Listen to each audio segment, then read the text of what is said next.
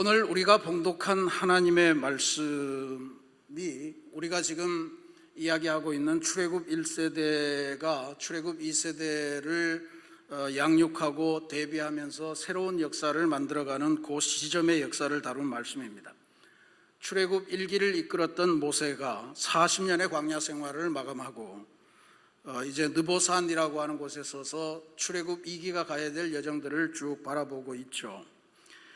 거기에서 신명기의 마지막 부분의 역사가 감동적으로 펼쳐지고 있는데 모세만을 중심으로 보면 그건 굉장히 해안에 찬 그러한 역사가 되고 안타깝기 그지없는 역사입니다만, 하나님의 긴 역사적인 관점으로 보면 이건 굉장히 신명나는 그러한 이야기입니다. 하나의 시대가 저물고 또 하나의 새로운 시대가 열려가는 그러한 그 과정의 이야기이기 때문에 그렇습니다. 오늘 우리가 주목할 것은 출애굽 1세대의 지도자였던 모세가 출애굽 2세대의 새로운 출범을 준비하는 이 내용에 관한 것입니다. 대략 신명기 30장부터 34장까지의 이 말씀을 보면 모세가 지금 이 마지막 지점에 서서 자기의 마지막 소명을 하는데 세 가지를 합니다. 하나는 자녀들에게, 출애굽 2세대들에게 하나님께서 우리들을 위해 행하신 것을 기억하고 회상하는 겁니다. 두 번째로는 출애굽 2세대들이 앞으로 살아갈 날들을 위해서 그들을 축복하는 행위입니다. 그리고 마지막으로 그들을 이끌어줄 새로운 지도자를 세우고 그를 위해서 축복하고 안수하는 행위입니다. 이 회상과 축복과 세움, 이 세 가지의 중요한 역사가 이 신명기 마지막 출애굽 1세대가 마감하는 이 지점에 굉장히 중요한 주제로 등장하는 것을 볼 수가 있습니다. 그러니까 이 모세가 자신의 삶의 마지막에 있었던 이 회상과 축복과 세움, 이 세 가지는 우리 신앙인들이 언제든지 어디를 가든지 우리 개인의 인생이 마지막을 행하든지 아니면 우리가 어디서 떠나서 다른 곳으로 가든지 반드시 경험하고 배워야 될 그런 중요한 세 가지의 신앙적인 양육의 틀이라 저는 그렇게 믿습니다. 요즘 라떼는 말이야 뭐 이렇게 시작하면 그거는 꼰대로 지목되는 비결이 되는데, 오늘 제가 라떼는 마리아를 좀 말씀드려야겠습니다. 제가 어린 시절 신앙생활을 했던 교회는 안동 서부교회라는 곳인데 정말로 아름다운 교회였습니다.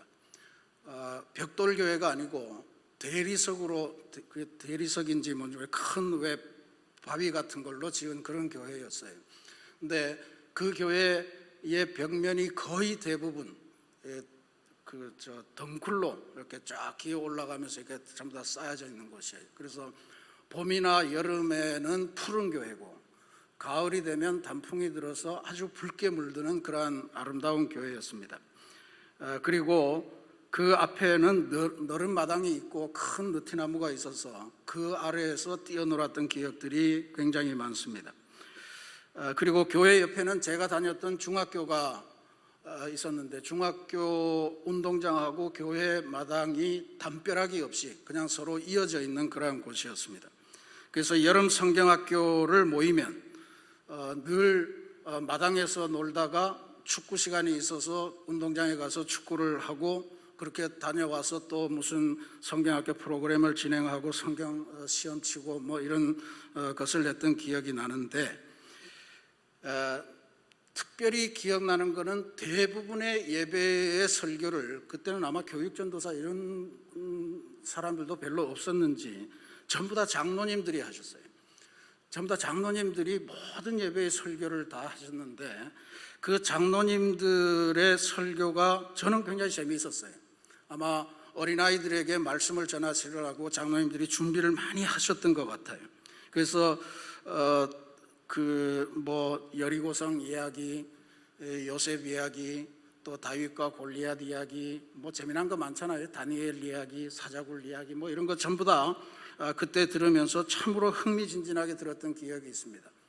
특별히 생각나는 어떤 한 장로님은, 그분은 설교만 시작하시면 앞에 조금 성경 말씀하시다 축구 이야기를 하세요.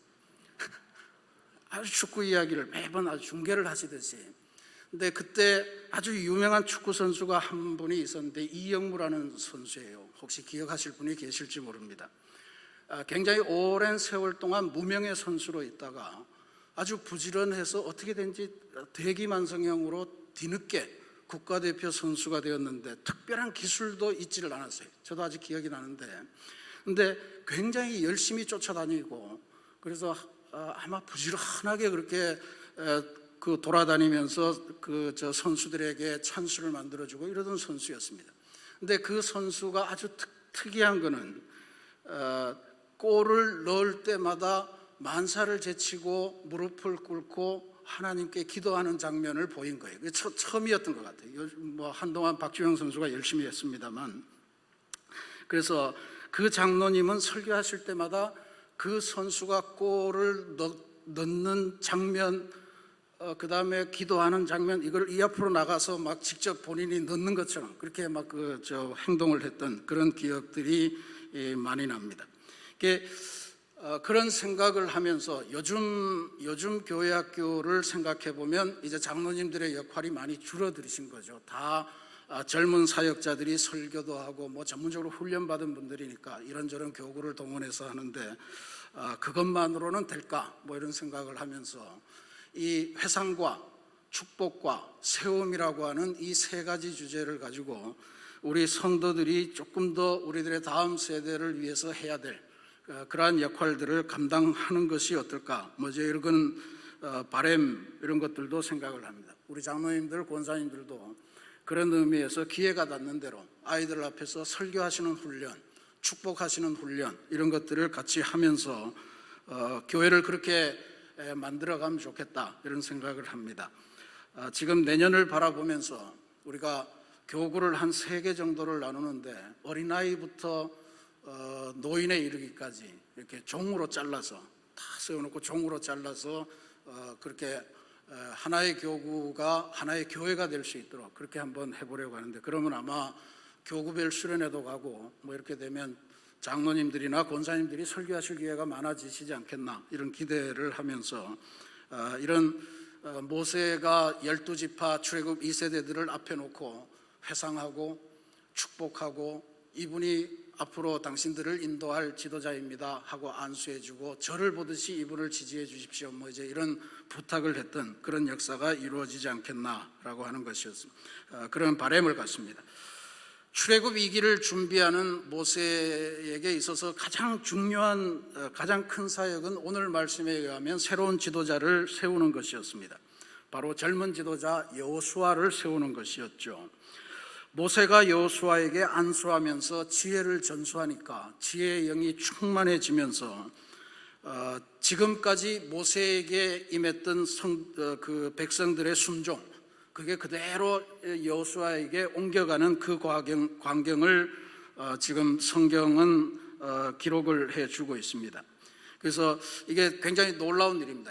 이스라엘 백성이 광야에서 우리가 지금도 새벽 기도를 통해서 쭉 보지만 기본적으로 순종하고는 상관이 없잖아요. 어디 가든지 불평하고 원망하고 대들고 어떻게 하라 막 이렇게 시끄러웠던 사람들로 기억하는데, 여기에서는 이제 1세대, 2세대가 교차하는 이 지점에서는 기본적으로 순종하는 것이 굉장히 특별한 백성들의 덕목으로 등장하는 그러한 것을 볼 수가 있습니다. 우리 이번에 진행하는 14번, 15번의 이 기도회도 하나님께서 우리의 인생, 우리의 가정, 우리의 교회를 향해서 주신 그 역사를 회상하는 일, 그리고 그 회상을 전수해 주는 일과 또 우리들의 자라나오는 새로운 세대들을 위해서 축복하는 일, 그리고 이 다음 세대를 이끌어 나갈 우리들의 그 많은 아이들 중에서도 새로운 아이들을 세워내고 새로운 지도자로 길러내는 그 일들을 준비하고 이루는 그러한 기도회가 되고 계기가 되었으면 하는 바람입니다. 우리 한국교회의 역사에서도 새로운 시대를 여는 순간이 많았지만 특별히 저는 오늘 이 한 장면에 주목을 하려고 합니다. 바로 조선인, 한국인 최초로 목사가 세워지는 그 광경입니다. 이미 우리가 지난번 한민족의 사도행전을 통해서 살펴본 바대로 우리나라 선교는 다양한 나라들이 들어왔지만 가장 중요한 두 축은 미국의 남북 감리교회하고 또 미국의 남북 장로교회입니다. 그러니까 그때는 미국이 남북 전쟁하는 중이라 각각 교회들이 장로교도 그렇고 감리교회도 그렇고 남감리교회, 북감리교회, 남장로교회, 북장로교회 이렇게 나눠져 있었습니다. 남쪽 사람들은 노예 제도를 인정하는 그러한 사람들, 그 사람들은 다 농장을 하는 사람들이어서 흑인 노동이 필요했던 거예요. 그래서 노예들이 있어야만 살 수 있는 사람들이었고, 북쪽에 있었던 감리교 장로교들은 왜 그 사람들을 노예로 농장에서 썩히냐, 도시의 공장으로 보내라. 그걸 하려면 노예 해방이라는 것을 했어야 됐었죠. 그래서 노예 제도를 폐지하는 문제를 갖고 남과 북이 엄청나게 큰 시민 전쟁을 했던 것이 바로 남북 전쟁이라는 건데, 둘 다가 흑인들을 일꾼으로 사용하기 위해서 사용하는 방식이 좀 달랐을 뿐이지 큰 차이가 없었습니다. 그런데 어쨌든 그때 당시로는 그렇게 갈라진 교회에서 각각 따로따로 선교사를 보내서 우리 조선 선교를 지도를 했습니다. 아펜젤러와 언더우드, 이것이 감리교회와 장로교회를 대표하는 두 가지 중요한 선교사였죠. 초창기에 우리 교회는 감리교회는 그러니까 우리 처음부터 조선 감리교회 뭐 이렇게 됐던 게 아니고 미국 북감리회 조선 선교회, 또 미국 남감리회 조선 뭐 선교 지부 뭐 이런 말을 쓰고 있었습니다. 그러니까 본부는 저쪽에 있고 우리는 그냥 한 선교 구역 정도로만 존재를 했던 거였죠. 이게 그 1930년 무려 선교가 이루어지고 45년이 지나서야 비로소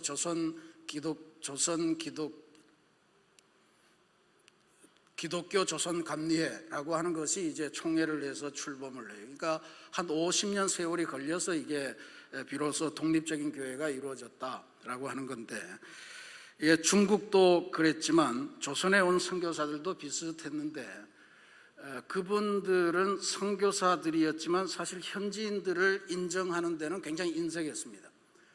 우리 현지인들이 정상적인 기독교인이 될 거라고 별로 믿지를 않았던 것 같아요.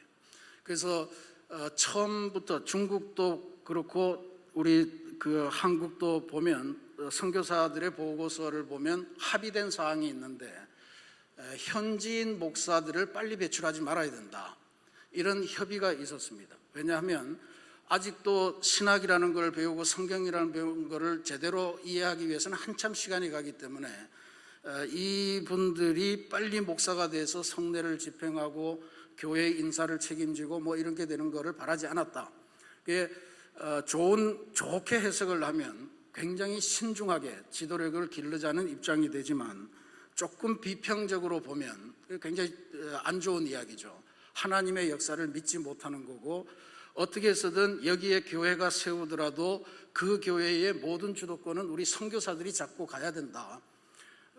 뭐 교회에서 중요한 거는 인사와 재정이잖아요.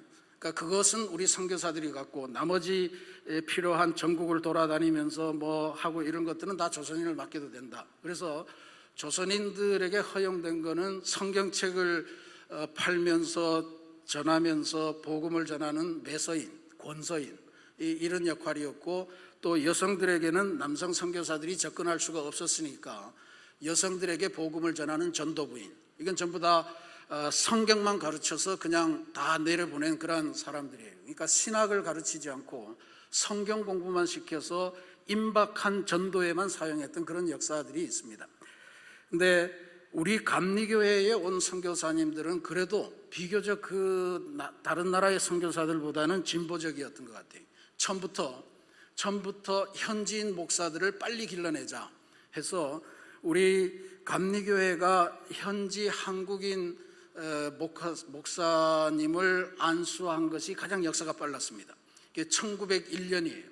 1901년, 그러니까 선교사들이 들어온 지 16년 만에 한국인 현지인으로 목사 안수를 주고 그에게 교회의 치리권을 줬다라고 하는 것은 대단히 중요한 거고, 장로교는 한 1907년, 8년 뭐 이 정도 가서야 이제 비로소 길선주 뭐 이런 분들이 이제 목사님이 되는 그런 역사를 가지고 있습니다.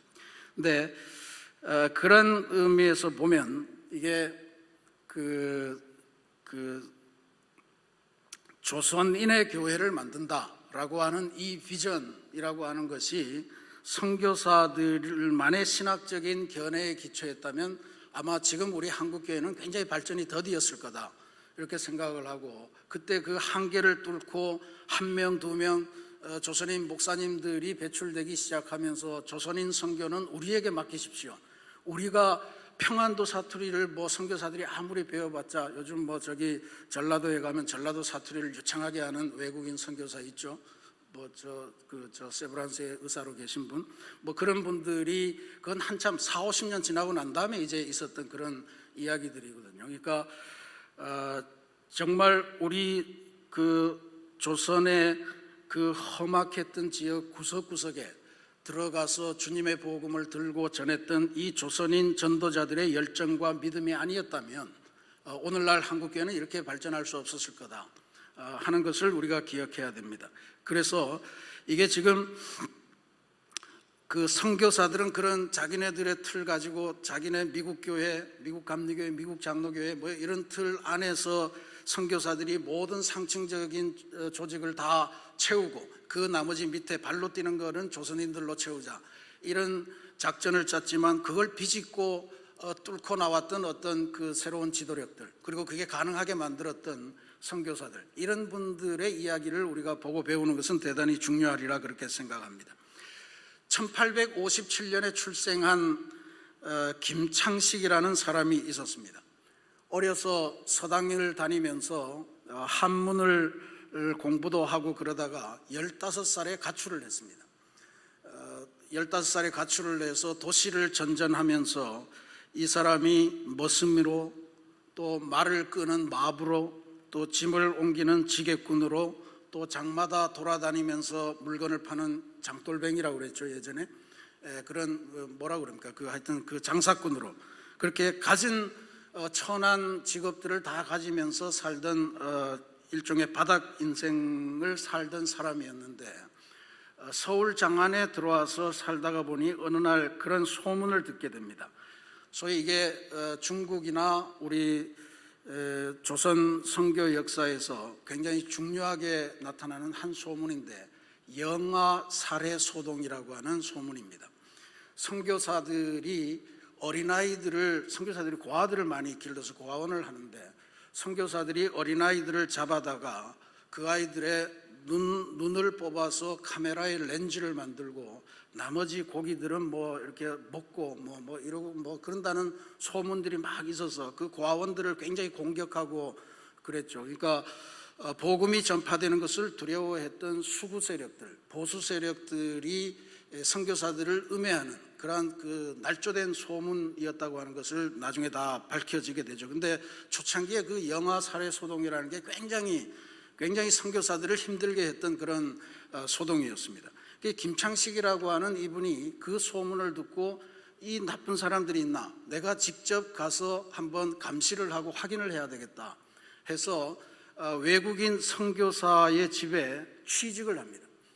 그때 그가 취직했던 집이 프랭클린 올링거라고 하는 선교사, 우리 감리교 선교사입니다. 정동에 살았겠죠. 근데 그 사람의 집에 들어가서 처음에는 머슴으로, 문지기로 사랑방에서 살면서 그걸 하다가 나중에 조금 더 깊이 이 사람들의 삶에 들어가야 되겠다 해서 안방을 출입할 수 있도록 요리를 배웁니다. 이게 한국 요리를 배우고 또 서양 요리를 배워서 요리사로까지 승격을 해요. 요리사가 되면서 한 2년 동안 그 집에서 그 올링거 부부가 생활하는 모습을 보면서 도대체 어디에서 애들을 잡나 이런 것들을 감시했다는 거예요. 근데 그렇게 감시하려고 들어갔는데 오히려 올링거 부부가 일상적으로 사는 삶을 통해서 자기에게 베푸는 사랑, 그 다음에 이웃들에게 향한 사랑, 그 사람들의 삶을 보니까 맨 어디 가서 불쌍한 아이들 도와주고 또 그 자기 같은 천한 사람들을 굉장히 존대하고 이런 모습들을 보이더라, 이런 이야기죠. 결국 2년 만에 선교사들의 그 범죄 행위를 감시하려고 들어갔던 사람이 2년 만에 굴복해서 예수 그리스도를 믿기로 작정하고 세례를 받습니다. 그게 크리스찬이 된 거예요. 크리스찬이 되고서 계속 그 집에서 하는데 이 사람이 어려서부터 한문을 배우고 이런 걸 했으니까 계속 선교사들이 보는 책 뭐 이런 것들을 관심 있게 보니까 아예 올링거 부부가 이 사람에게 공부를 가르칩니다. 2년이 지난 다음에는 미국 북감리교회 조선 선교부가 파송하는 정식 전도인으로 임명을 해요. 임명이 되면서 이제 그 교단의 전도인이 됐으니까 이 사람이 어디를 가냐 하면 평양으로 파송이 됩니다. 평양에 파송이 될 때 그가 그냥 자기 혼자 가는 게 아니고 선교사를 대동하고 가는 거죠. 그 대동했던 선교사가 윌리엄 홀이라고 나중에 크리스마스 씨를 만든 그 부인이 살아남아서 씨를 만들었던 로제타 홀의 남편입니다. 의료 선교사가 평양에 가서 이제 자리를 잡고 평양에 감리교회 선교를 시작하는 건데 평양만 해도 서울하고는 전혀 다르게 굉장히 보수적이었다는 거죠. 그리고 이방 사람들에 대해서 굉장히 폐쇄적인 정책을 쳤고, 그러니까 외국인들이 거기 가서 뭐 집을 사고 주택도 사야 되고 또 교회를 위한 건물도 사야 되고 또 학교도 세워야 되고 병원도 세워야 되고 이런데 아무것도 할 수가 없는 거예요. 그러니까 이 김창식이라는 사람이 가서 선교사들이 주는 돈을 가지고 아니 큰 옛날에 기생집으로 쓰던 그 집을 통째로 다 사서 거기에서 학교도 열고 병원도 열고 교회도 열고 그 다음에 선교사들 주택도 마련하고 이러면서 한 거예요. 그러니까 선교사들의 발이 되고 마음이 돼가지고 그 모든 평양에서의 일들을 전부 다 진행을 합니다. 그리고 이제 그게 평양에서 한 2년 있다 보니 청일전쟁이라는 게 일어나는데 이게 1894년입니다. 청일전쟁이 일어나면서 거기가 아주 쑥대밭이 되는데 설상가상으로 거의 장티푸스가 아주 창궐해요. 그 장티푸스를 치유하기 위해서 윌리엄 홀 선교사가 아주 주야 밤낮으로 그냥 환자들을 돌보다가 결국은 그도 장티푸스에 감염돼서 현지에서 죽습니다. 그러고 나니까 남은 거는 전부 다 이 김창식 전도인에게 다 남은 거예요. 이 양반은 의료 기술도 없지만 어쨌든 환자들을 씻기고 눕히고 먹이고 그래서 그런 것들을 도맡아 다 하다가 나중에는 다시 감리교에서 파송한 노블 선교사라는 분과 더불어서는 이분은 목회자 선교사였기 때문에 복음 사역에 더 열심히 하면서 교회를 세우고 그런 활동을 합니다. 결국은 이런 전도인으로 파송돼서 평양 그리고 뭐 평양 일대의 해주 뭐 등등 지역을 다니면서 선교 활동을 진행을 하다가 1898년부터 정식으로 신학 공부를 하기 시작합니다. 그리고 나서 1901년에 서울 상동교회에서 한국인, 조선인으로 최초의 목사 안수를 두 사람이 받는데 한 사람이 김창식이고 또 한 사람이 김기범이라는 사람이었습니다. 근데 이 김창식 씨가 그때 나이가 44세였기 때문에 연장자여서 이 김창식이 맨 먼저 안수를 받는 조선인 목사가 된 거예요. 이 조선인 목사가 된 다음에 그 다음부터는 실제로 이제 목사가 됐으니까 물론 이게 미국 제도로 하면 요즘으로 치면 주내원 목사입니다. 주내원 목사여서 성례는 할 수 없고 그냥 설교를 할 수 있고 뭐 축복 기도를 할 수 있는 그런 목사가 되죠. 그 사람이 목사가 되고 나서도 계속해서 이제 평양, 해주, 뭐 수원 이런 등지를 다니면서 복음을 전하는데 나중에 그 올링거 목사는 이 사람을 조선의 바울이라 이런 별명을 붙여서 전하는데 그때 목사가 되기 전에 평양에서 이제 이 사람이 자기 이름으로 집도 사고 뭐 사고 이런저런 사람들 쫓아다니면서 이제 성경도 나눠주고 이런 거 하니까 평양감사가 이 사람을 체포를 해요. 그러니까 이 김창식과 함께하던 조선인들을 한 10명 정도 체포를 했는데 체포를 해서는 고문을 하기 시작합니다. 그리고 이게 점점 평양 시내에 예수 믿는 분위기가 늘어가면 안 되니까 그걸 차단하기 위해서 일벌백계 하기 위해서 소위 말하는 배교 강요 고문을 하는 거예요. 예수 그리스도를 모른다고 배교해라. 그러면 살려주고 그렇지 않으면 죽는다는. 10명의 사람들이 거의 다 대부분 다 이런저런 이유로 다 나는 뭐 누가 자꾸 유혹을 내서 내가 그렇게 빠져들었습니다 이러면서 다 빠져나갔는데 유독 이 김창식만이 감옥에 누워서 매일같이 불려나가서 얻어맞고 곤장 맞고 들어오고 하는데 그 정말 피투성이가 된 채 피골이 상접한 채로 그렇게 들어 누워서까지도 그 주님을 배교하지 않은 마지막 사람이 됐고, 결국 선교사들이 나중에 평양감사에게 항의를 하러 막 들어가고 했더니 그때 감옥에 누워있던 그 한 사람을 봤는데 그가 바로 김창식이었다. 올링거 이 선교사가 이 조선의 바울을 우리가 만났다, 사도행전 16장에 그 바울과 실라가 감옥에 갇혔던 걸 생각하면서 유일하게 배교하지 않고 마지막까지 주님의 이름을 짓겠던 이 사람, 코리안 무슨 레파드로트인가 뭐 선교 잡지에다가 이 사람을 소개를 해요. 그래서 이 분에 대한 이야기가 굉장히 유명해졌고, 결국에 오히려 이 조선의 바울, 이 김창식이 감옥에서 고초를 당하고 배교하지 않고 죽음에 이르기까지 주님을 지켰던 이 이야기 때문에 그 다음부터는 선교사들이 한양 경생에만 있는 것이 아니고 평양을 위해서 기도하자 이러면서 평양으로 아주 집중되는 그러한 계기를 이루었습니다. 결국 김창식은 평양에서 조선의 바울이라고 하는 별명을 얻었던가 하면 이 평양 자체는 조선의 예루살렘이라 하는 별명을 얻는 그럴 정도로 평양 시내의 곳곳에 어마어마하게 교회가 세워졌다는 거 아니에요. 장로교, 감리교, 침례교 뭐 온갖 교회들이 다 들어가서 6.25 때 평양을 유엔군들이 막 폭격을 할 때 그때 교회가 너무너무 많이 훼손된 것이 너무 안타까울 따름입니다만, 어쨌든 김창식이라고 하는 이 머슴 출신의 사람이 온 장터를 떠돌면서 물건을 팔던 이 사람이 목사가 되어서 그 새로운 조선 선교를 맡아서 감당하는 그런 역사를 펼쳤다고 하는 이 위대한 역사를 우리가 기억할 필요가 있습니다. 1901년에 안수를 받고 1924년에 은퇴를 하셨는데, 그러니까 44세에 안수를 받았고 24년이니까 68세쯤에 은퇴를 하신 거죠. 영변, 함경도 영변, 수원, 해주 등등에서 무려 125개의 교회를 개척을 했고 48군데의 예배당을 건축하는 것이 공식적인 기록으로 남아 있습니다. 일대 한국 목사가 행한 위대한 역사입니다. 그냥 선교사들의 보조 역할을 한 것이 아니고 조선 선교는 내가 해야 됩니다 라고 하는 그 자부심을 가지고 이 위대한 사역을 감당했던 거예요.